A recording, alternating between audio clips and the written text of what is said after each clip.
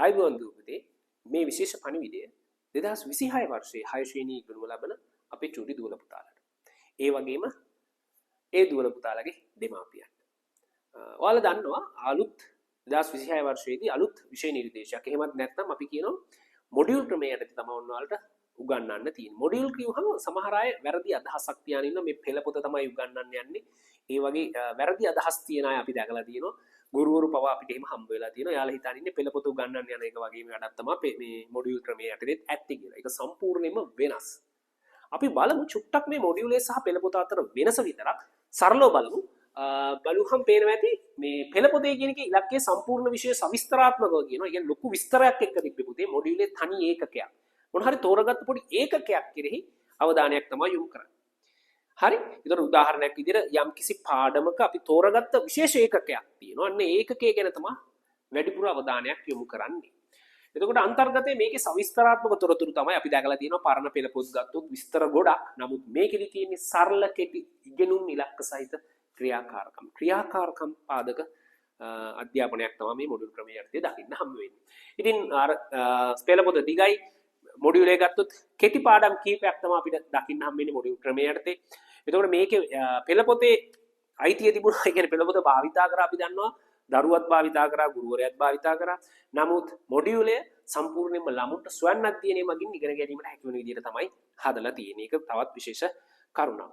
ඒත් එක්කම බලන්න තව එකක් තිබ්බා සිසු භූමිකාව.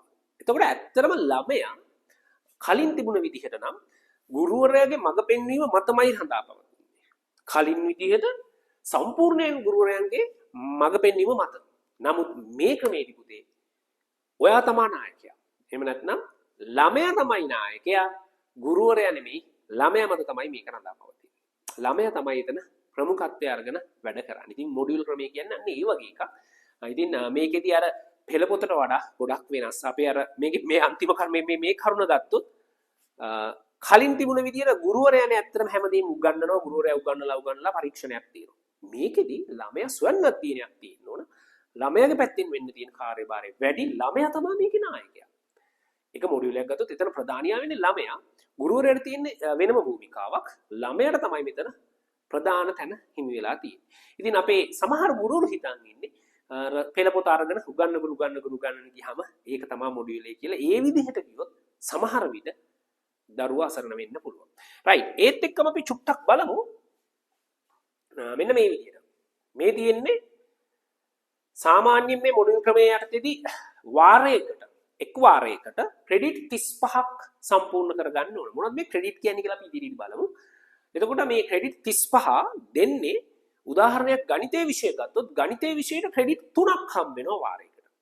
නිකන් හිතන්නකෝ ඔයා වාරයකට පාඩම් 3ක් තිබ්බා. මේ පාඩම් 3ට අදාළව මේ විභාග තියලා ඒ විභාග 3න්ම ගත්ත ලකුණු වගේ කියලා නිකමට හිතන් ඉන්නකො. අපි ඉදිරියේදී බලමු මොකද්ද මේ කියලා. හරි. එතකොට ගණිතයට ක්‍රෙඩිට් 3යි. ඒ විදිහට වාට තියෙනවා පුතේ අනිවාර්ය විෂයන් 15ක් එක වාරයකට. අනිවාර්ය විෂයන් 15ක් වාට 6 ශ්‍රේණියේදී තියෙනවා ඒ වර්ෂයේ පුරාවටම.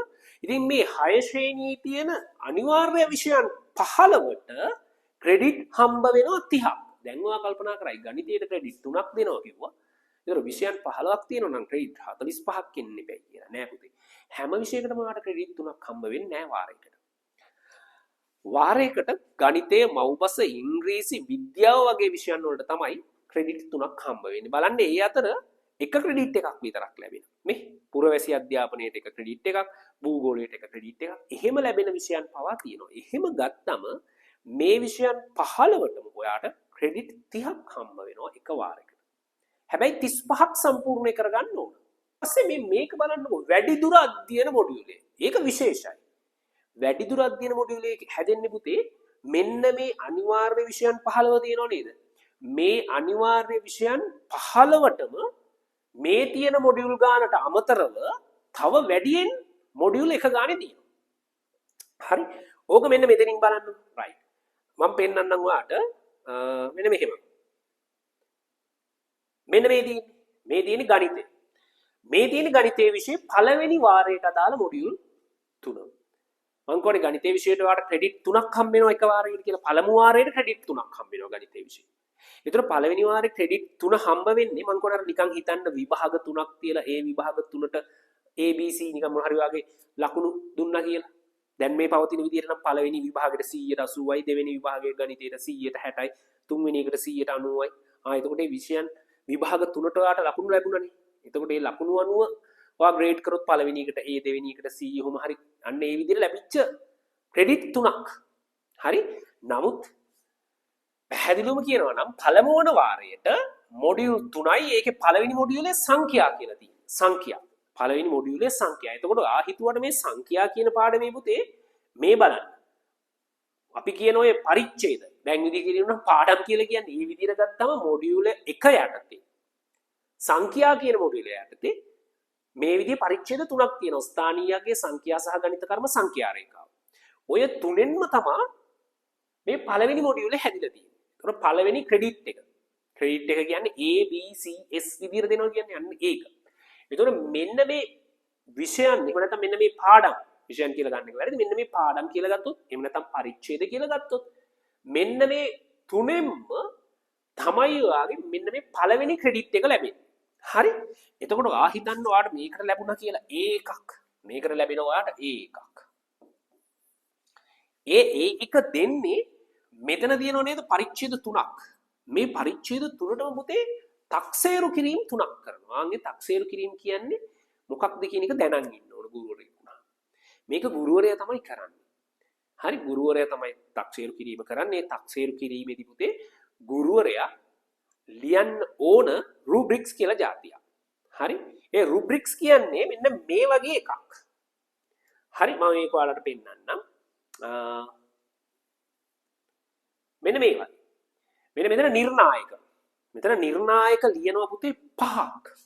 මේ නිර්ණායක 5ට ලකුණු දෙනවා සම්පූර්ණ ලකුණු 20ක්. ඒ කියන්නේ මේ නිර්ණායක 5ම ඔයාගේ මේ ප්‍රැක්ටිකල් එකේදී ක්‍රියාකාරකමේදී ඔයා සම්පූර්ණ කරගත්ත කියන්නේ. දැන් මේ කියන්නේ මොකක්ද? මෙන්න මෙතනින් තමයි අපි පටන් ගත්තේ. ඔන්න ඔයාට ගණිතය පළවෙනි වාරයට මොඩියුල් 3ක් තියෙනවා කිව්වම. මොඩියුල් 3ක්. ඒතර ඒකේ පළවෙනි මොඩියුල් එක තමයි මේ තියෙන්නේ. මේ තියෙන්නේ පළවෙනි මොඩියුල් එක. මෙන්න මේ තියෙන්නේ පළවෙනි මොඩියුල් එක. හරි? මේ තියෙන්නේ පළවෙනි මොඩියුලය. සංඛ්‍යා කියලා ගන්න තියෙනවා පළවෙනි මොඩියුල. ඒක යටතේ පරිච්ඡේද අපි නිකන් පාඩම් කියලා හිතමුකෝ පාඩම් 3ක් තියෙනවා. හරි? එතකොට ඔයාට මේ පළවෙනි එකට A the B the C ද කියලා හම්බ වෙනවා. දෙවෙනි මොඩියුලයටත් A the B the C ද කියලා ඔයාට හම්බ වෙනවා. තුන්වෙනි මොඩියුලයටත් A ද A මයිනස් ද B ද B ප්ලස් ද B මයිනස් ද එහෙම ලැබෙනවා. හරි? එතකොට අපි හිතමුකෝ මේකට B මයිනස් එකක් හම්බුණා කියලා. ඒ කියන්නේ B ට වඩා චුට්ටක් ලකුණු අඩුයි. B ගන්න තියෙන ලකුණු වලට වඩා කියන්නේ B කියලා කියන්නේ අපි කොයි ලකුණු අතරද කියලා අපි බලමු ඉතින්. හරි? ඉතින් ඊට වඩා චුට්ටක් අඩු වෙන ඔයාලට ලැබුණොත් ඔයාලට දෙන්න ලැබෙන්නේ B මයිනස් එකක්. හරි? ඒ කියන්නේ ඔයාලට ලැබෙන ලකුණු ගාන B එකක් ලබා දීමට වඩා චුට්ටක් අඩු වුනහම B මයිනස් එකක් තමයි ලැබෙන්නේ. ඉතින් ඒ විදිහට ඔයාලට පළවෙනි වාරයට ලැබෙනවා කියවනේ ක්‍රෙඩිට් 3ක්. මේ තමයි ක්‍රෙඩිට් 3. ඔන්න ඔය තමයි ඔයාලට ලැබිලා තියෙන ක්‍රෙඩිට් 3. A එකක් තියෙනවා B එකක් තියෙනවා B මයිනස් එකක් තියෙනවා. එතකොට මේ A එක දීලා තියෙන්නේ මෙන්න මේ පාඩම් කියලා හිතන්නකො පරිච්ඡේද 3ටම. මේ පරිච්ඡේද 3ටම අදාළව පුතේ තක්සේරු කිරීම 3ක් තියෙනවා. උදාහරණයක් ස්ථානීයගේ කියන පාඩම ඔයාලට කරලා ඉවර කරනවා. හරි ඒ පරිච්ඡේදය අවසන් කරනවා ඉස්කෝලේ. ඒ කරලා ඉවරලා පුතේ මේකට තියෙනවා තක්සේරු කරණයක්. ඒ කියන්නේ පොඩි ප්‍රැක්ටිකල් එකක් කියලා හිතන්නකො. රයිට්. තක්සේරු කරණයක් තියෙනවා. ඒකෙදි ඔයාට ලකුණු දෙනවා 20ක්. මම කිව්වේ ඒකට ලකුණු 20ක් දෙනවා. ඒ ලකුණු 20 දෙන්නේ අර මම පෙන්නුව විදිහේ එක් නිර්ණායක ලියලා තියෙනවා. නිර්ණායක 5ක් ලියලා තියෙනවා. ඒ නිර්ණායක 5න් ඔයා එක් නිර්ණායකයට අදාළව ලකුණු 4ක් නේ උපරිම ලැබෙන්නේ. ඒ සම්පූර්ණ ගාන ගත්තොත් ලකුණු 20ම ලැබෙනවා. එහෙම නැත්නම් භාගයට වගේ නම් ඒක ඔයා ගත්තේ ලකුණු යම්කිසි ප්‍රමාණයක් අඩු වෙන්න පුළුවන්. හරි? ඒ නිර්ණායක ලියන්න පුතේ නිර්ණායක පිළිබඳ හොඳ දැනුමක් තියෙන්න ඕනේ. එහෙම නැත්නම් මේ නිර්ණායක ලියන්න බෑ. ඒතකොට සාමාන්‍යයෙන් අපි නිකන් කොහෙවත් කවුරු හරි ඔය ගැන කිසිම අදහසක් නැති කෙනෙක් ඔය නිර්ණායක ලියනවා කියන්නේ දරුවන් ගොඩක් අසරණ වීමක් වෙනවා. ඉතින් ඒ ගැන හොඳ පළපුරුද්දක් සහ අත්දැකීම් තියෙන ඒ වගේම දැනුවත් කෙනෙක් තමයි ඔය නිර්ණායක ලියන්නේ. ඉතින් මේ නිර්ණායක පහ ලියලා ඒ එක් නිර්ණායකයට අපේ දරුවන් ගන්න ලකුණු ගණන අනුව 20න් කීයක් ගන්නවද කියලා බලනවා. ලකුණු 20න් කීයක් ගන්නවද කියලා. හරි. එතකොට මේ එක පාඩමක් අපි කිව්ව පරිච්ඡේදයකට ලකුණු 20ක පොඩි ක්‍රියාකාරකමක් තියෙනවා. ඒ විදිහට මේ තුනම ගත්තොත් පළවෙනි වාරයට අදාළව පළවෙනි මොඩියුලේ පළවෙනි වාරයට අදාළව පළවෙනි මොඩියුලේට පරීක්ෂණ එහෙම නැත්නම් අපි කිව්ව ක්‍රියාකාරකම් තුනයි ඒ ක්‍රියාකාරකම් තුනටම 20 ගානේ ලකුණු 60ක් ලැබෙනවා ඔයාට. හරි? ලකුණු 60ක් ලැබෙනවා. ඊට පස්සේ පුතේ මේ පරිච්ඡේද තුනම අවසන් වුණයින් පස්සේ වෙනම තියෙනවා චූටි පරීක්ෂණයක්. හරි? එහෙම නැත්නම් පොඩි විභාගයක් වෙන්න පුළුවන්. ඒක මේ පාඩම් තුන අවසානයේ තියෙන්නේ. මේ පාඩම් තුනම අවසානයේ. මේ කොටස් තුනම එකතු කරලා චූටි පරීක්ෂණයක්. එහෙම නැත්නම් පාඩම් ඇසුරින් පොඩි පේපර් එකක් වාචික පරීක්ෂණයක් වෙන්න පුළුවන්. ඒක ගුරුවරයාගේ අභිමතය පරිදි. හොඳද? ඒ කියන්නේ ගුරුවරයාට හිතෙන විදියට කරන්න පුළුවන්. ඒතකොට පුතේ ගුරුවරයා පන්තියේ මේ විෂය උගන්වන ගුරුවරයාට තමන්ට සුදුසු පරීක්ෂණයක් එහෙම නැත්නම් ඇගීමක් දීලා ඒකට ලකුණු 30යි දෙන්නේ. දැන් මේ තාම යන්නේ පළවෙනි වාරයේ තියෙන පළවෙනි මොඩියුලේ. පළවෙනි මොඩියුලේ. නිකන් ඔයා හිතන්නකෝ ඔයාගේ කලින් පෙළ පොතේ නම් පාඩම් ගොඩාක් තියෙනවා. ඒකේ පළවෙනි පාඩම් තුනට පරීක්ෂණ තුනක් තියලා ඒ තුනට තමයි මේ අපි ලකුණු දෙන්නේ. හරි? මේ එකට 20 ගානේ 60ක් දීලා මෙතන 30ක් තියෙනවා. එතකොට 90යි. නෑ පුතේ. මෙන්න මේ ලකුණු 60 අපි හදාගන්න ඕන 70න් කීයක්ද කියලා. මේකට 20යි මේකට 20යි මේකට 20යි දුන්නාම 60යිනේ. ඒතර ඔයාලට ලකුණු අපි හිතමුකෝ මේකට 20න් 15යි මේකට අපි 18යි 33යි මේකටත් 15යි 48ක් හම්බුණා කියලා. 60න් 48යි හම්බ වෙලා තියෙන්නේ. ඒක අපි 70න් කීයක්ද කියලා හදලා ගන්නවා. ඒක ගුරුවරයා කරන්නේ. 60න් 48යි නම් 70න් කීයද කියලා ගුරුවරයා හදලා අරන් එතන ලකුණු 70න් ලැබෙන ප්‍රමාණයට මෙතන ලකුණු 30න් ලැබෙන ප්‍රමාණය එකතු කරලා අපි බලනවා 100න් කීයක් ඔයාලට තියෙනවාද කියලා. 100න් කීයක් තියෙනවද කියලා බලනවා. අන්න ඒ ලැබෙන ලකුණු අනුව A එකක්ද A මයින් එකක්ද B එකක්ද B ප්ලස්ද C ද D ද ඒ අදාළ ක්‍රෙඩිට් එක අපි ලබා දෙනවා. ඒ පළවෙනි මොඩියුලේ අදාළව ලැබෙන ක්‍රෙඩිට් එක ඔයාලට. ඊට පස්සේ ඒ පළවෙනි වාරෙම තව පාඩම් දෙකකින් තියෙනවා පුතේ. තව මොඩියුලයක්. ඒකට අදාළවත් ඔයාලට A the B the C ද කියලා දෙනවා. තව පාඩම් තුනක් තියෙනවා. ඒකට අදාළවත් A the B the C ද කියලා ගණනය කිරීමක් කරලා ඔයාලට ලබා දෙනවා. ඒ විදිහට ගත්තම ඔයාගේ පළවෙනි වාරයට අදාළව ගණිතයට ඔයාලට ක්‍රෙඩිට් 3ක්. ක්‍රෙඩිට් කියන්නේ සමහර විට ඒම 3ක් ගත්තා කියලා හිතමුකෝ. ඔයා දක්ෂයි නම්. ඒතර ඔන්න ඔයාලට ගණිතයට අදාළව ඒ 3ක් හම්බ වෙලා. හරි? ඒ විදිහට ගත්තම ඔයාට මෙන්න මෙතන පළවෙනි වාරයට අදාළව ක්‍රෙඩිට් 30ක්. ඒතර මම කියවනේ දැන් මේ ගණිතයේ තියෙනවනේ 3ක්. ඒ ගණිතයේ ලැබිච්ච තුනම ඔයාට ඒ 3ක්. හොඳයි නේද? ඒ සමහරට A+ වෙන්නත් පුළුවන්, A- වෙන්නත් පුළුවන්, B වෙන්න පුළුවන්, B+ වෙන්න පුළුවන් මම දන්නේ නැහැ. ඒක ඔයාගේ මත තමයි තීරණය වෙන්නේ. ඒතර ඔන්න ඔයාට ඒ 3යි. හරි ඒ විදිහට මෙතන 30ක් තියෙනවා. එක් එක් විෂයන් වලට අදාළව. මේ අනිවාර්ය විෂයන් 15ට ඔයාට ක්‍රෙඩිට් 30ක්. හැබැයි වැඩිදුර අධ්‍යයන මොඩියුලේ කියන එකක් කිව්වනේ. මේ වැඩිදුර අධ්‍යයන මොඩියුලේ හැම විෂයකටම තියෙනවා කියන්නේ මම මේ තියෙන විෂයන් 15ටම තියෙනවා. එතනදී ඔයා ගණිතය වගේ විෂයකට ආදරේ නම් මේ තියෙන්නේ. මේ තමයි අර අපි කලින් අර ලකුණු දෙනවා කිව්ව මොඩියුල් 3. හරි මේ එක පාඩම් මේ එක මොඩියුල් එක පාඩම් 3ක් තිබ්බ මතකද? සංඛ්‍යා එකේ 3යි මේකේ 2යි මේකේ 3යිනේ. ඉතින් මේ තුනට තමයි ඔයාලට A the B the C ද කියලා එන්නේ. අපි ගත්තේ මෙයාටත් A එකක් ආවා, මෙයාටත් A එකක් ආවා, මෙයාටත් A එකක් ආවා. මේ A එක තමයි හැදුවේ පුතේ මෙතන තිබ්බ පාඩම් 3ක්. මේ පාඩම් 3ටම ක්‍රෙඩිට් දුන්නේ අපි කියන අර තක්සේරුකරණයක් කරලා ලකුණු 20න් කීයද කියලා දුන්නා. ඊට අමතරව මේ පාඩම් 3ම ඉවරුනහම ඔයාට දෙනවා කිව්වා වෙනම ගුරුවරයාගේ අභිමතයේ පරිදි පරීක්ෂණයක්. ඒකට ලකුණු 30ක් දෙනවා කිව්වා. ඒ එකතු කරලා ඉවරලා තමයි 100න් කීයද කියලා අරන් A the B the C ද කියලා ඒකට දෙන්නේ. ඒතර මෙතෙන්න උතෙන්නත් ඒකක් ආවා කියන්නේ. මේ වැඩිදුර මොඩියුලේ. මේක ඔයාලට කැමති නම් කරන්න පුළුවන්. හරිද? වැඩිදුර මොඩියුල් තියනවා කිව්වේ කීයද? 3යි. මේ තියෙන්නේ වැඩිදුර අධ්‍යයන මොඩියුල් තියෙන්නේ ඔයාලට කරන්න පුළුවන් 3යි. මෙතන 30යි ඊට අමතරව වැඩිදුර අධ්‍යයන මොඩියුල් 3ක් කරන්න පුළුවන්. මෙන්න මේ විදිහට අපි අර කලින් ලිව්වා වගේ මෙන්න මේ විදිහට. මෙතන වැඩිදුර අධ්‍යයන මොඩියුල් 3ක්. මම යෝජනා කරන්නේ ඔයා තාක්ෂණයේ පැත්තෙන් එහෙම නැත්නම් ගණිතයේ පැත්තෙන් විද්‍යාව පැත්තෙන් එහෙම යන්න බලාපොරොත්තු වෙනවා නම් පුතේ ඔයායි තෝරගන්න මොඩියුල් ගණිතයේ විද්‍යාව ඉංග්‍රීසි IT වගේ පැත්තට චුට්ටක් බර කරලා තෝරගන්න. එහෙම සිංහල ඒකත් හොඳ විෂයක්. සිංහල කියන්නේ අනිවාර්යයෙන් හොඳයි.